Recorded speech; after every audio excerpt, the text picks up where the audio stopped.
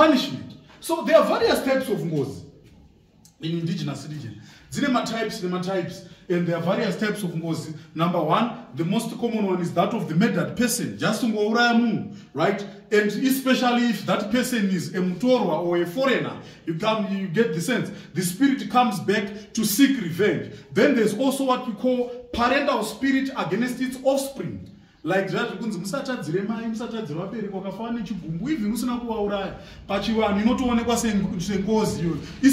mind, because technically and on the ground, your mother is like alien to you. You get the sense. So you get the sense. So this could be due to ill treatment during the lifetime, or if a child beats up or scolded the parent and takes no steps to remedy the situation through striking reconciliation, through kuripangozi, they can do also because of that, right? So the spirit can come back as an avenging spirit, and because you cannot treat indigenous religion from the Ndebele and the Shona culture, so we are allowed to use some Shona words and some Ndebele words when you are writing our essay or when I'm teaching like this. Even non-payment of Mombe Omai as well. Non-payment of Mombe Omai by the son-in-law can also invite the spirit of the deceased mother. And the mother spirit is very dangerous, like I said, because the mother is not someone you share the same totem with. Your mother is like alien to you, like I said. So rituals have to be performed so that you can placate the spirit. Then the other type of Ngozi spirit is the one of the avenging spirit of a deceased pregnant woman. You get double trouble. Because a pregnant woman too. You get the sense? Or if a woman gives dies when giving birth as a result of the in-law or husband abusing that woman, right? So it has a tendency of quantifying itself. You know, we are in a revenge, double trouble. I think we once watched a movie, you know, the Billionaires Club. That Victoria lady, Ngozi yacho yakauya ichiita quantify itself. Inenge yakuya kwete munhu 1, dzinenge dza 2 in 1. Anenge ari ma 1 chaiwo chaiwo. So there is the spirit of a servant, the spirit of a servant, the spirit of a mushandi, watora munhu wamushandisa, wakubvunza mari yake, wakumuuraya munhu iyeye, right? It can also come back to seek compensation, especially when they died without being paid their dues. So sometimes kushandisa vanhu hakusi right. I've seen many people vanhu vaizviti mabosi nechichi umwe munhu amwe vanhu vakutanda botso izvo zvizvo vangoswera vachingotendera nekabhegi. Why? Because waimboshandisa vanhu vanhu vobva vaenda vachichema vachiita sei.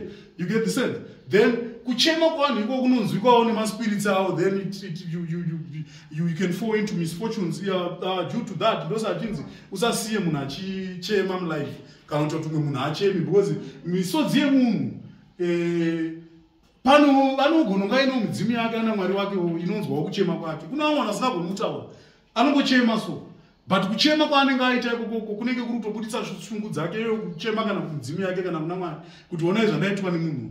So some of the misfortunes that you might face in life, it is because of that. Imwe inogona kuti wangozi, kuna vanhu vanotori pangozi vachitofamba vasina kuuraya vanhu as such, but because of how they mistreated the people. The things are complex and they are wide. So there's also the spirit of a spouse or a partner who died through negligence or ill treatment or unfaithfulness of another partner. Zvekuita mujono muchauraya vanhu nemarelationship aya, munhu obva angofuma akafa. Unenge wane ngozi nenyaya yekuda kunzi uri chibaba chekuchita kana chimama chekuita vakomana 5 nguva 1. Ingozi futi pachiwanhu iyoyo. So ngozi zvainoita, it can be self-generative. It now depends with the grievance of the deceased. Kana chiti self-generative kuti imwe inopfuka yega, munhu anongoti ari kumakuwa ototi ndakutomuka kuda kutoita revenge yangu.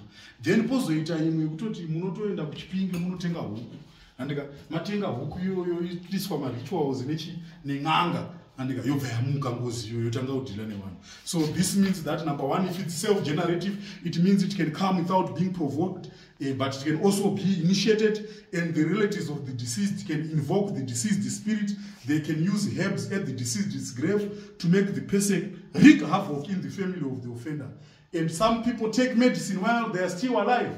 Zvangofana isusu takakurerwa navanhu vekuMalawi tine mishonga yedu yatei takatomiswa tiri kuma3 years kuti hatei takasimba mulife. So vamwe vanhu pane vamwe vanhu vekuti vakabikwa. Waizi wekuti uchingomuuraya chete hapaperi 3 days anenge akutumuka. So people take steps to get rid of the avenging spirit. It's quite important. I think this year they also brought a question like this. How do you deal with Ngozi? Monosolva say Ngozi. Number one, pane tsumwe yedu inoti mishonga weNgozi kuiripa. Ngozi has to be compensated. You get the sense? Or munokwanisa kuita kunonzi kurasirira. Ndosachinzi musangonhonge nhonge zvikiti nezvimbwa zvamunoona murodi. Pamwe inenge yakarasiriwa mweya wemunhu akafa. So a black animal or fowl dedicated to an avenging spirit is left to wander in the bush. One who takes away the animal automatically takes the Ngozi. And pane inozonzi kutsipika. This is a ritual that is meant to drive away the spirit with the help of a nganga. Right? Mauraya munhu motoenda kun'anga mototi takauraya munhu n'anga yobva yaita zvainoita Ngozi yotadza kuti kuita rigavhu. So in the last part ndo panozotaura nyaya yekuti mushonga weNgozi kuiripa kazhinji inodhimanda mukadzi number 1 number 2 pamwe pacho inoda mombe dzakawanda 15 takaenda kana 10 takaenda nemari inodiwa. You get the sense? That's what the Ngozi spirit wants. And also tinoda kuzoona the social role of Ngozi, the importance of Ngozi. Right, the importance of Ngozi and its unimportance as well. So some scholars, for example, Michael Gelfand, he says that the spirits are significant because it acts as an ethical code of conduct. It helps people to be ethical in the society because of the repercussions of committing murder. So society. So it is a strong deterrent to crime. A person should desist from life-threatening action. So it promotes what we call sanctity of human life. Kana wakamboona majaji achitaura kuti vanotaura nyaya yekuti sanctity of human life, kuti upenyu hwemunhu hwatisiyanei newegonzo kana kuti wetsuro. Munhu kana afa haangofi zvekungofa wangonzi angorohwa. So pane inonzi sanctity of human life. It is the respect of human life. So that fear of being attacked by a Ngozi spirit, right? It compels people to respect or to value human life. And that is still punishment for taking one's life. There is justice even beyond the grave.